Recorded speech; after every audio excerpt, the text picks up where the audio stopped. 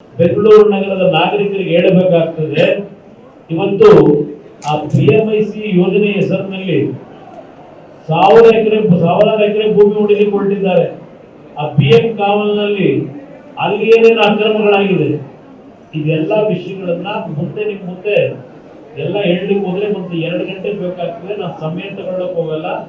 ನಿಮಗೆ ಮುಂದಿನ ಒಂದು ವಾರದೊಳಗೆ, ಯಾಕಂದ್ರೆ ನಾನು ನಾಳೆ ಕ್ಯಾಬಿನೆಟ್ ಮೀಟಿಂಗ್ ಇದೆ, ಸಾಯಂಕಾಲ ಡೆಲ್ಲಿಗೆ ಹೋಗಿ ಮುಂದಿನ ವಾರ ನಾನು ಅಷ್ಟರೊಳಗೆ ಎಲ್ಲ ರೀತಿ ನಿಮಗೆ ಮಾಹಿತಿ ಕೊಡ್ತೀನಿ. ಪ್ರತಿಯೊಂದು ಮಾಲ್ಗಳ ಮುಂದೆ, ಪ್ರತಿಯೊಂದು ಕಾಲೇಜಿಗೆ ನಮ್ಮ ಸ್ಟೂಡೆಂಟ್ಗಳಿದ್ದಾರೆ, ಎಲ್ಲ ಕಾಲೇಜುಗಳಿಗೂ ನೀವು ಸೋಷಿಯಲ್ ಮೀಡಿಯಾದಲ್ಲಾದರೂ ಅವ್ರನ್ನ ಸಂಪರ್ಕಿಸಬೇಕು.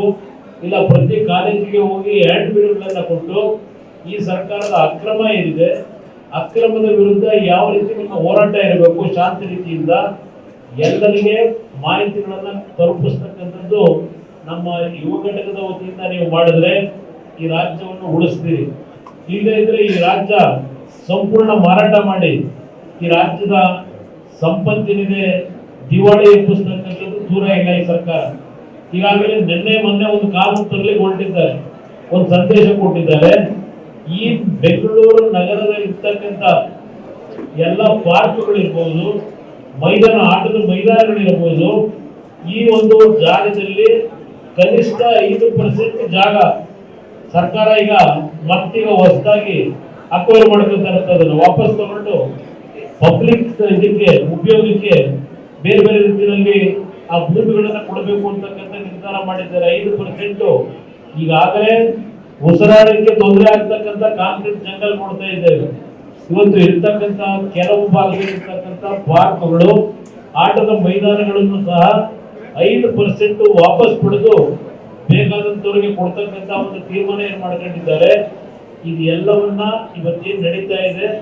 ಇವತ್ತು ಅದರ ಜೊತೆಗೆ ಮನೆ ಮುಂದೆ ನಿಮಗೆ ಕಾರ್ ನಿಲ್ಲಿಸಲಿಕ್ಕೆ ಜಾಗ ಇದ್ದಂತಕ್ಕಂಥ ಶೆಡ್ ಇದ್ರೆ ನಿಮ್ ಮನೆ ಮುಂದೆ ಕಾರ್ ನಿಲ್ಸಕ್ ಹೋದ್ರೆ ಅದಕ್ಕೆ ವರ್ಷಕ್ಕೆ 25,000 ರೂಪಾಯಿ ಕಟ್ಟಬೇಕು. ನೀವು 15,000 25,000 ಎಲ್ಲಾದ್ರೂ ಕೇಳಿದಿರ ಇದನ್ನ?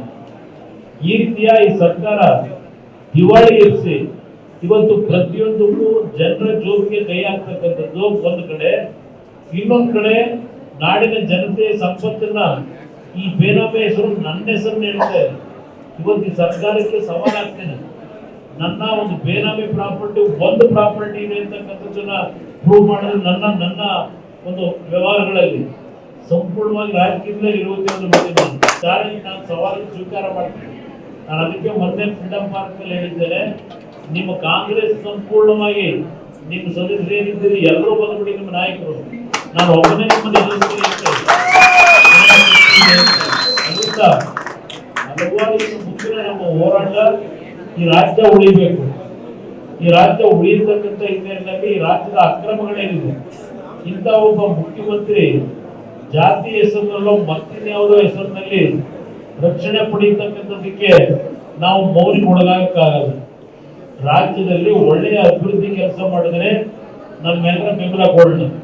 ಒಳ್ಳೆ ಕೆಲಸ ಮಾಡಿದ್ರೆ, ಜನೋಪಯೋಗಿ ಕೆಲಸ ಮಾಡಿದ್ರೆ, ಇಲ್ಲ ರಾಜ್ಯದಲ್ಲಿ ಅಧಿಕಾರದ ಮದದಿಂದ ಒಂದ್ ಕಡೆ ಒಳ್ಳೆ ರೀತಿಯ ಭಾಷಣ ಮಾಡೋದು, ಇನ್ನೊಂದ್ ಕಡೆ ರಾಜ್ಯದಲ್ಲಿ ಅಕ್ರಮಗಳ ಮುಖಾಂತರ ಯಾವ ರೀತಿ ನಡವಳಿಕೆಗಳು ನಡೀತಾ ಇದೆ ದಾಖಲೆ ಮಾತಾಡ್ತೀನಿ, ಸುಮ್ಮನೆ ಸಂತೆ ಭಾಷಣ ಮಾಡಲ್ಲ.